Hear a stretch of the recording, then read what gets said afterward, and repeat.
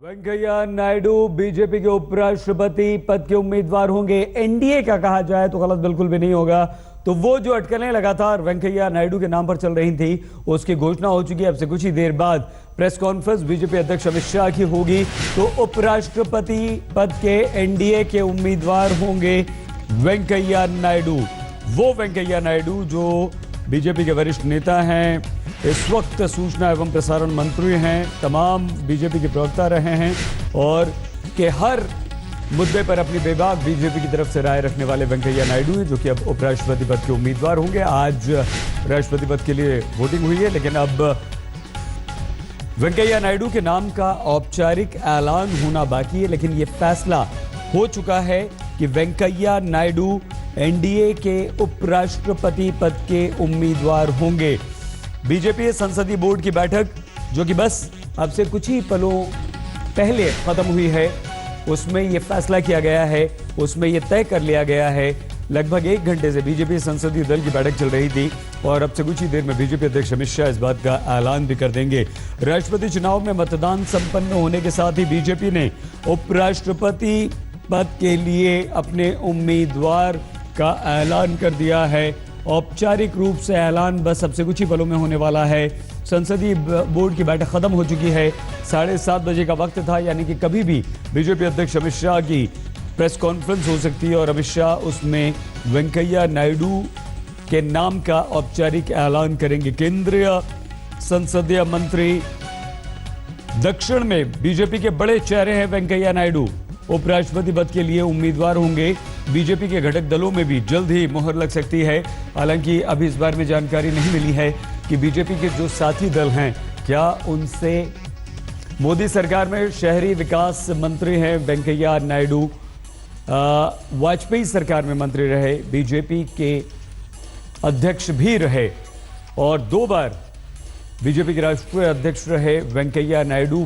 बड़ा चेहरा, बड़ा नाम, 4 बार राज्यसभा में रहे, राज्यसभा के सदस्य रहे, इमरजेंसी के दौरान जेल में भी गए, 2 साल जेल में रहे। स्कूली शिक्षा आंध्र प्रदेश नेल्लोर में हुई और दक्षिण के बड़े नाम हैं बीजेपी के।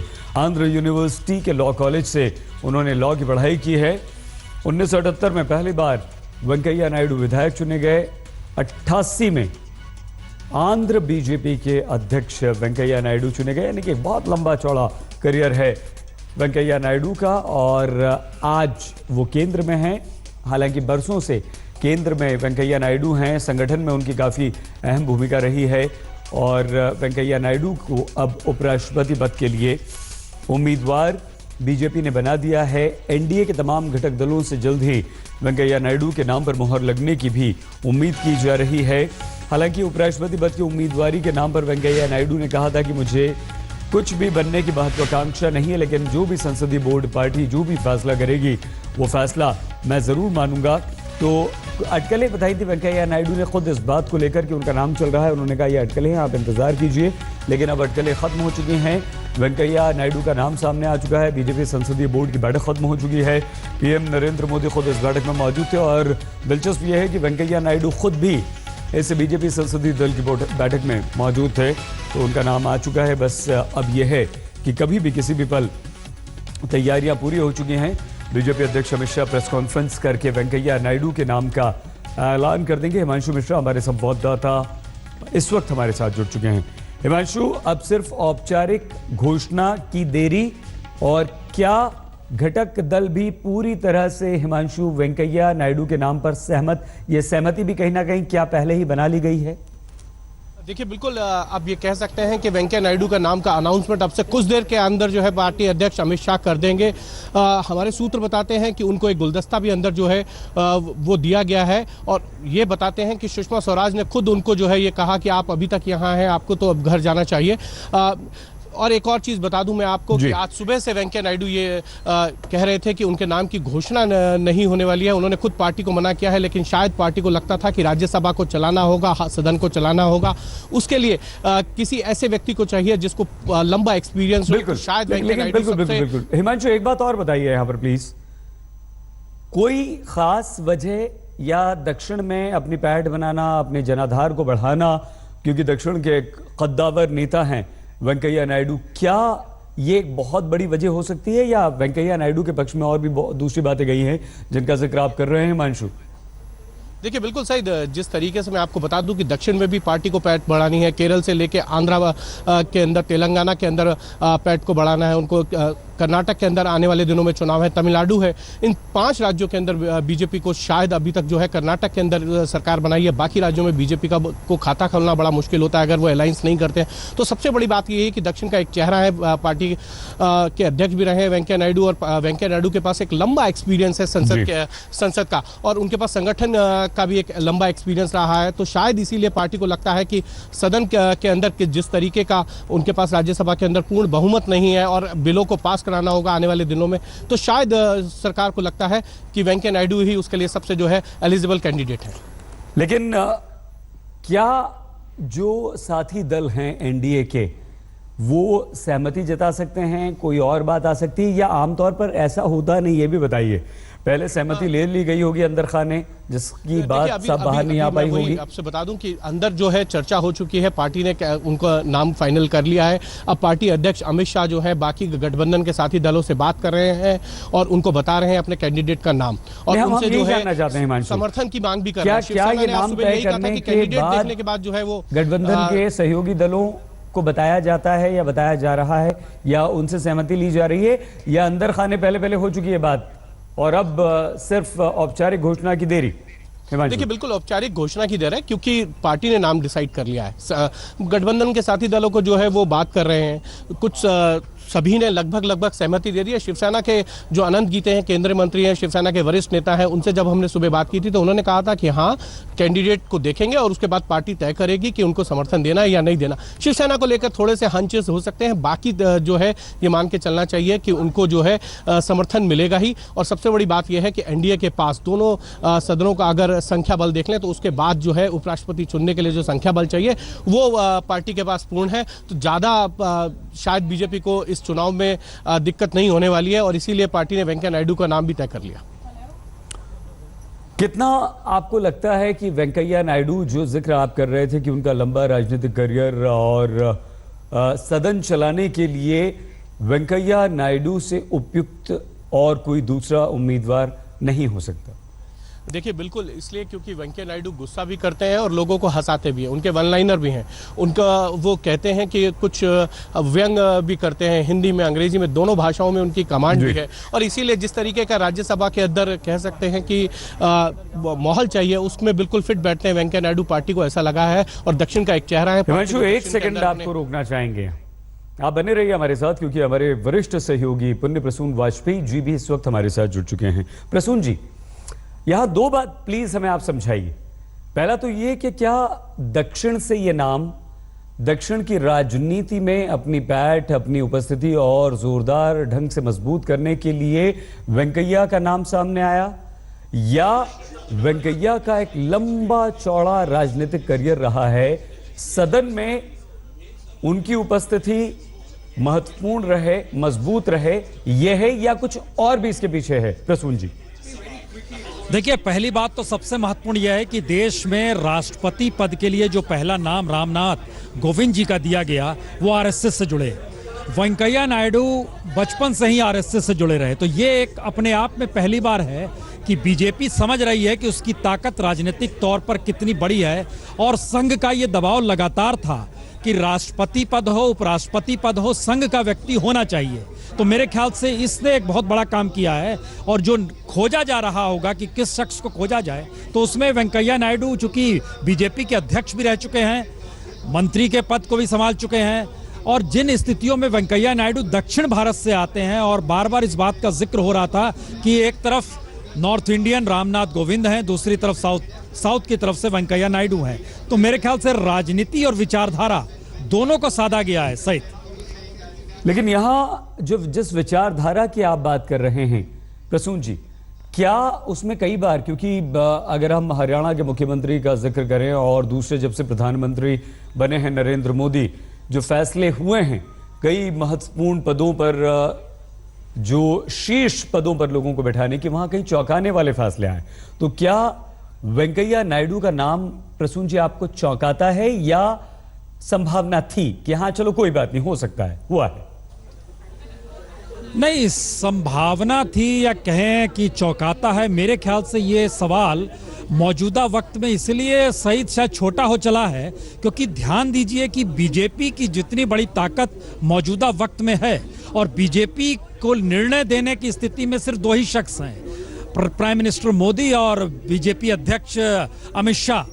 इससे इतर कोई बात हो आप सोच नहीं सकते हैं कि इन दोनों की अगर उस पर इच्छा हो या अनिच्छा हो तो कोई दूसरा नाम आ जाए। मेरे ख्याल से अब ये चौंकाने वाली स्थिति नहीं है। मसला सिर्फ यही है कि दोनों आरएसएस से जुड़े हुए हैं, वैचारिक तौर पर संघ महसूस कर रहा है कि देश के संवैधानिक पदों पर भी संघ से जुड़े हुए लोगों की मौजूदगी इस रूप में होनी चाहिए जो एक अलग तरीके से पार्टी से इतर दिखाई दे, क्योंकि उपराष्ट्रपति या राष्ट्रपति किसी पार्टी का नहीं होता है, वो देश का होता है। और याद कीजिए जब पहली बार सरसंघ चालक मोहन भागवत राष्ट्रपति भवन प्रणब मुखर्जी से मिलने गए थे, तब ये कांग्रेस ने एक सवाल उठाया था कि हम लोग पहली बार ऐसा देख रहे हैं, क्योंकि इससे पहले यकीनन कोई सरसंघ चालक राष्ट्रपति भवन नहीं जाता था। तो एक ना कहीं संवैधानिक जामा में लाने की भी कोशिश और स्वयंसेवक इस रूप में देश में मान्यता पाए, यह भी एक कोशिश है, इससे इनकार बिल्कुल नहीं कह सकते। लेकिन फिर वही सवाल है कि जिस वेंकैया नायडू का जिक्र हम कर रहे हैं, वेंकैया नायडू बेहद गरीबी से निकले हुए हैं और आपको जान के हैरत होगा कि बचपन में उनकी स्थिति यह भी नहीं थी कि वो स्कूल जा पाए। संघ के हेडक्वार्टर में जो वहां पर आंध्र प्रदेश में था, जो उनके इलाके में था, वहां रहते थे, टेबल पर सोते थे। इन स्थितियों से निकले हुए वो शख्स हैं, तो हम कह सकते हैं कि देश की जो हालत है उसमें वो जुड़ सकते हैं। लेकिन जरा समझना होगा कि इसके पीछे राजनीतिक और विचारधारा भी मायने रखती है। जी, लेकिन अपने जवाब में प्रसून जी आपने एक बहुत महत्वपूर्ण सवाल उठा दिया है, वो ये कि संघ अब चाहता है कि संवैधानिक पदों पर भी अपने लोगों को बिठाया जाए। इसके क्या माने, इसके क्या मकसद हैं, ये भी हम आपसे जरूर और समझना चाहेंगे। लेकिन जल्दी से हिमांशु के पास लिए चलते हैं। हिमांशु, जो प्रसून जी ने अभी कहा कि प्रधानमंत्री नरेंद्र मोदी, बीजेपी अध्यक्ष अमित शाह, इससे इतर कुछ भी नहीं, तो क्या हिमांशु ऐसा भी हुआ होगा कि संघ से पहले बातचीत हो गई होगी, वेंकैया नायडू के नाम पर वहां से मोहर लग गई होगी और वो नाम संसदीय बोर्ड की बैठक में रखा गया और अब वो नाम तय हो गया और कुछ देर में ऐलान हो जाएगा? क्या ये संभव है? देखिए, बिल्कुल ये एक बीजेपी की परंपरा भी रही है, चाहे अमित शाह और प्रधानमंत्री नरेंद्र मोदी हों, लेकिन एक परंपरा है कि संघ के नेताओं से बात की जाती है कोई डिसीजन लेने से पहले। और इस बार भी ऐसा ही हुआ था। अमित शाह जो है भैया जी जोशी, दत्तात्रेय हौसबोले, कृष्ण गोपाल जी से मिले थे और उसके बाद जो है ये कहा गया था कि जल्दी ही जो है नाम पर चर्चा होगी और उसके बाद फैसला लिया जाएगा। उसके बाद ये भी बताते हैं कि प्रधानमंत्री नरेंद्र मोदी और जो है मोहन भागवत की भी बात हुई थी, आरएसएस के जो प्रमुख हैं उनकी भी, और उसके बाद जो है शायद पार्टी ने ये फैसला लिया होगा सारे विचार विमर्श करने के बाद ही। जी सईद, अब प्रेस कॉन्फ्रेंस जो है लगभग 1 से 2 मिनट के अंदर शुरू होने वाली है। जी नहीं, ठीक है हिमांशु, हम तुरंत आएंगे। आप बता दीजिए, हम प्रसून जी से बात करते हैं इतनी देर, जैसे क्योंकि पीछे हलचल है, आपका ध्यान भी पीछे है। जैसे ही प्रेस कॉन्फ्रेंस शुरू होती है आप बताइए, हम आ जाएंगे। प्रसून जी, जो सवाल आपने अपने जवाब में उठाया महत्वपूर्ण, हमने आपसे दीपा वेंकट जी, वेंकैया नायडू जी की सुपुत्री, इस वक्त हमारे साथ फोन लाइन पर मौजूद हैं। दीपा जी, एनडीए के उपराष्ट्रपति पद के उम्मीदवार वेंकैया नायडू बनाए गए हैं। जाहिर सी बात है आपको खुशी होगी। क्या पहले से कुछ अंदाजा था या इस वक्त कैसा महसूस कर रही हैं आप? नहीं, ये तो बिल्कुल पहले से पता नहीं था, क्योंकि हमेशा हम प्रजा जीवन में जुड़े हुए थे, तो ये उतना पहले से भी नायडू जी को तो उतना। अच्छा दीपा जी, ये बताइए, कहीं ऐसा तो नहीं, क्या ऐसा तो आप नहीं सोचती हैं कि जो सक्रिय राजनीति में थे आपके पिताजी, बहुत जबरदस्त उनकी उपस्थिति होती थी, बड़े पॉपुलर थे पार्टी में भी, लोगों के बीच में भी। प्रेस कॉन्फ्रेंस, क्षमा चाहते हैं दीपा जी, आपसे आगे हम बातचीत करेंगे, सीधे प्रेस कॉन्फ्रेंस। लिए चुनाव होने जा रहा है, उसमें पार्लियामेंट्री बोर्ड के सभी सदस्य और एनडीए के सभी साथियों से चर्चा करने के बाद पार्लियामेंट्री बोर्ड ये निर्णय पर पहुंचा है कि भाजपा के वरिष्ठ नेता और urban development minister Shri M Venkaiah Naidu ji NDA की ओर से उपराष्ट्रपति पद के लिए प्रत्याशी होंगे। वेंकैया नायडू का परिचय देने की वैसे जरूरत नहीं है। Across the party line Venkaiah ji देश के वरिष्ठतम नेताओं में से एक है। श्री वेंकैया नायडू 1970 से ही सार्वजनिक जीवन में रहे। पहले विद्यार्थी परिषद के कार्यकर्ता रहे, स्टूडेंट यूनियन के अध्यक्ष भी रहे, जेपी मूवमेंट के एक दक्षिण के महत्वपूर्ण नेता बने और बाद में आंध्र प्रदेश की यूथ विंग के अध्यक्ष रहे, भाजपा युवा मोर्चा के राष्ट्रीय अध्यक्ष रहे, भाजपा के महासचिव रहे, 2 बार भारतीय जनता पार्टी के राष्ट्रीय अध्यक्ष बने, 2 बार लेजिस्लेटिव असेंबली के मेंबर रहे, 1 बार भारतीय जनता पार्टी के ग्रुप के नेता रहे, 4 बार राज्यसभा के सदस्य रहे। वैसे देखें तो करीब 25 साल से लंबा सुदीर्घ संसदीय कार्य का उनका अनुभव है।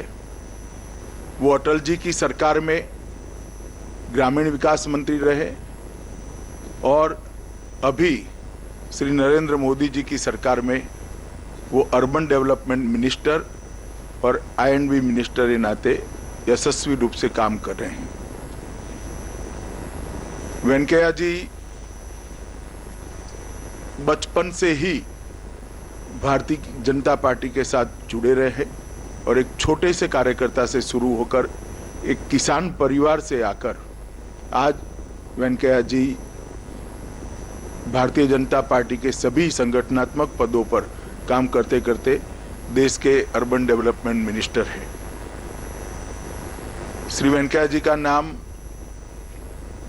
एनडीए के सभी साथी दलों ने उसका स्वागत किया है और भारतीय जनता पार्टी के पार्लियामेंट्री बोर्ड ने सर्वानुमत से श्री वेंकैया नायडू जी के नाम पर अपनी मुहर लगाई है।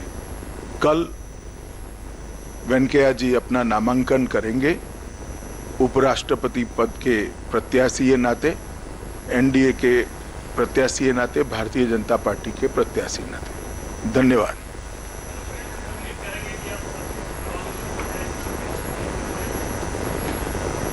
ऑपोजिशन ने ऑलरेडी अपना नाम डिक्लेयर कर चुके हैं, तो सर्वानुमति करनी होती तो शायद वो थोड़ा राह देखते।